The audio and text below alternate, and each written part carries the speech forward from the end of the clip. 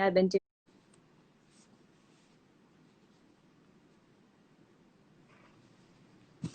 Hey, Rebecca, can you hear me?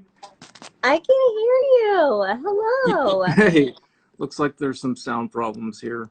Okay. I can hear you okay. I can hear you. Oh, how are you doing? I think people are trying to get the sound. I'm doing great. Yeah, how is it? It's been so long since I've seen you I know in person. it's so good to see your face. Oh no, you too. So how's your life changed in the past couple of months? Oh man. I mean, I'm walking about 1 to 2 hours a day Wow. just because I love to be swimming and active, and this is the thing I've been doing. I'm catching up with friends and listening to a lot of audiobooks and Hmm. podcasts and um, just being grateful for the job I have and the friends I have and the family I have, and excited about this book. I describe it like the book is a tree and I'm like a baby koala, and every single day I just Yeah. cling to it. you Yeah, know. well, so I'm eager to talk about Alexandra in the book, but I was first, what's going on with Texas Center for the book? What's news? Well, thank you so much for asking. I mean, it's an exciting time. We are gearing up for June, which is a big month for us. We'll launch I think it's our fifth annual Texas Center for the Book Literacy Award. So Wow. June 1st, the nominations will open, and this is a $2,000 award for a literacy-based nonprofit in Texas. So that's happening, and then we'll announce our Texas Great Read for the year, and that's kind of our book for the year. Last year it was Chris Barton's "What Would You Do with a Voice Like That," the biography of Arbor Jordan, and so stay tuned in June. Great. So yeah, I'd really like to chat about the book's format and illustrations, but can you tell us first a little bit about the character Alexandra and where her story came from and how much of the book is autobiographical? And your bio mention, I like how your bio mentions how you feel like you earned an MFA in dating. Yeah, it's such a good question. You always hear with writing, like, write what you know, write from the heart, write from experience. And my experiences kind of collided with this book. I do have my MFA in children's lit, and I focused on picture books. And I've dated a lot.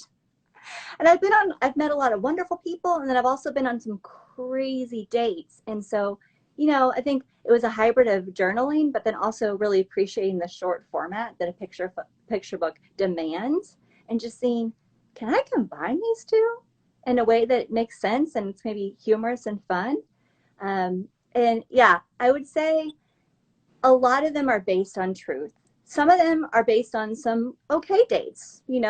Um, and I just take like nuggets here and there. But then some of them I just heard in stories I created. Hmm. So you have to see if you can read them and figure out which ones are true. Yeah, no, that was kind of one of my questions too. Is well, first of all, the story is built around a sort of cute taxonomy of disappointing date partners. Yeah, Can you walk us through two or three of them? sure. Did you want me to read it now or no? If you'd like, yeah, of course. Sure. I think it's just easiest just to read the first pages or so, because they're really short and you get an idea. So, single and turning 30, Alex challenged herself to hashtag 30 dates in 30 days. Coffee shops, happy hours, tapas galore, and endless who's getting the check tangos. How bad could it be? And what did she have to lose? Number one was a terrible hashtag mistake. Her date insisted she get the prime rib and that women should just accept the wage gap. Your brains are just different, he mansplained. Alex grabbed her steak to go and let him enjoy the financial success of buying her meal. Date number two briefed everyone at the wine and cheese bar of his Ivy League status. Hashtag Harvard Havarti tossed his menu at the server. I can't believe you don't have proper dessert wine. Alex deserted him. Oh, and the last one I'll I read. was waiting for that punchline. Yeah, that's a great one. The last one I'll read is, guess who treated mom to a cruise every year? Number three. They even lived next door to each other in matching apartments. Before Alex took her first bite, number 3 posted a photo and tagged his mom. Look, mac and cheese with lobster, your favorite. Hashtag mom is your lobster. His mom double tapped. Alex tapped out. It sounds like you had so much fun writing this. I did. I just would be writing and laughing and just enjoying it because I feel like, dating's one of those things where, and there's a theme in the book. I don't want to spoil it too much, but of support and friendship. And, it's not one of those things where you date in like a vacuum. It's, you're texting your friends and unpacking it with yourself, whether you're journaling or talking to someone, and laughing about it later. It's like if you could laugh or you could cry, maybe do both. Mainly laugh. Yeah. So I also love this. I mentioned this at the top, but this picture book for adults genre, I feel like we don't see nearly enough of them. So what were some that influenced you when writing the book and working with an illustrator? And also, I'm curious to learn more about how your own educational background with children's books kind of influenced the writing of the book. Sure. So you're right. I do not think there are enough of them. I'm a firm believer in calling them picture books because people a lot of times call them children's books, which is fine. But I feel like picture books is better because picture books means they're for everyone, and they really are. I don't think anyone grows out of wanting to be told a great story or really to read a picture book. Every page has something delightful on it. And so I remember the first adult picture book for adults that I saw, and it wasn't even necessarily a picture book, but it was a book in a print shop in Roanoke, Virginia, and it was a parody, and it was "Are You My Husband?" and it was like based on "Are You My Mother?" Mm-hmm. And I just laughed, and I laughed reading it, and so that kind of stayed in my mind. With the illustrations, I will say I hit the jackpot with illustrator Katerina Liviara. She is incredible. And, she took a lot of my suggestions. And I will say I probably got more suggestions on this than I would normally get with children's lit. But I ran with it. And she made them her own. And she brought some surprises. And so the influence of, my background meeting this one is, I could say 100% was learning to write in such a way that I save space for the illustrations. Later on in the editing process, my editor and Katerina wanted to know, like, what does this look like? What do you imagine there? But so much of it I left open because I think that artist can really take to the next level if they have that space. So my background in trying to write really tight and concise, I mean, the whole thing is like 700 words. That really helped me with this because, of course, adults can probably have a little bit more of an attention span, but also we want to give them that picture book experience. Yeah, for sure. And Rebekah, I wanted to ask, so when is the book's not printed yet, right? Oh yeah, so it has gone to print, but it will come out October. The hope is October 13th. Okay. No, we all know that these are crazy times and anything could happen. It's available for pre-order though. Yeah, I just saw someone mention, can we see the cover? And I just wish I had physical cover. I know. Well, I don't know if how best you can see it, but here's my little galley. If you Google my name, I put it up as many places as possible. You'll find it. Just go to my Instagram. It's all over it. Yeah, no, I like the X's on the cover that look like, what is that, from Tinder? I haven't been on the dating scene in a long time, so I just really haven't. I know we didn't want to make it look like one dating app or the other, but something that's been prominent in a lot of dating apps, there's like the way to select or not select, and so I think there's like the X's and the hearts, and so they also look like thought bubbles on the cover. Yeah. So also, speaking of the illustrations, what else would you like viewers to know about the book's illustrations? You mentioned to me separately that within the illustrations themselves are hidden, Yes. sort of unique surprises. Yes.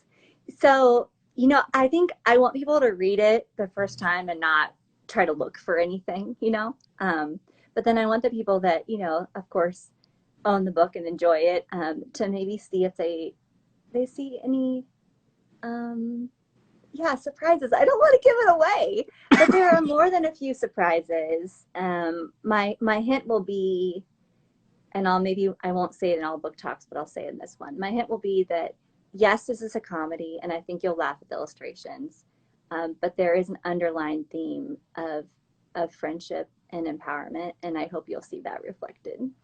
That's a nice way of putting it. Yeah. I'm curious too about when you put together these, like I said, I think of it as kind of a taxonomy of bad dates or whatever. Were there any ones that you didn't include because they might be too specific? If the guy read it, he'd be like, "Oh, that's me," even though he's probably too oblivious to even recognize himself. But Yeah. Um, That's a really good question. I will say I have one in there that I am a little worried about. I hope that he doesn't. He's a really, really nice guy, and so I hope he doesn't get his feelings hurt. But it's such a playful book, and the ones that are like, where the guys are really like aloof, and like there's the one about like phoning it in. I don't know that anyone will read it and know that it's theirs. I do want to say that there were some stories that I didn't put in because I don't know that people would believe them. Give us one. So I changed them a little bit. Um, well, there's this one experience, and it's part of it's in the book where I was talking about being a writer, and he pulled out his phone and he's like, I could put all the Library of Congress on this. Why do people? Nobody's interested in books. Which is like the irony of all irony that this book is happening, right? And I don't, as you probably can see, I don't hide any expression. Like my face, it does what it does, and it shows you what I'm thinking. I couldn't even speak.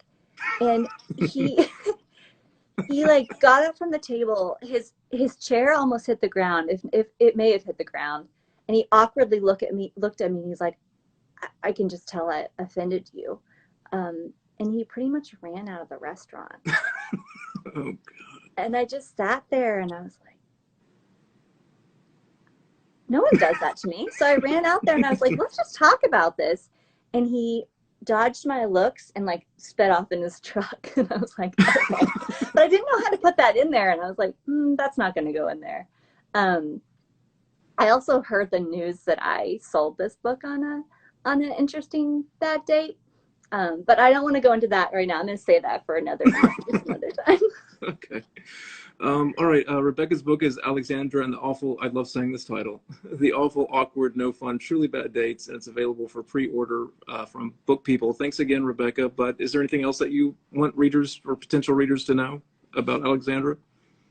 I just want y'all to know that, this isn't just a book for those who are dating. I think it's going to be a great book to buy for those people and say, listen, we're in this with you. Let's laugh with you. But I think it's something people will enjoy if they've ever been on a bad date or if they just want to be reminded of the people around them that care. Yeah. All right. Well, thanks a lot, Rebekah. It was great Thank talking you to you. so much. I can't wait enjoyed until it. we can get coffee or lunch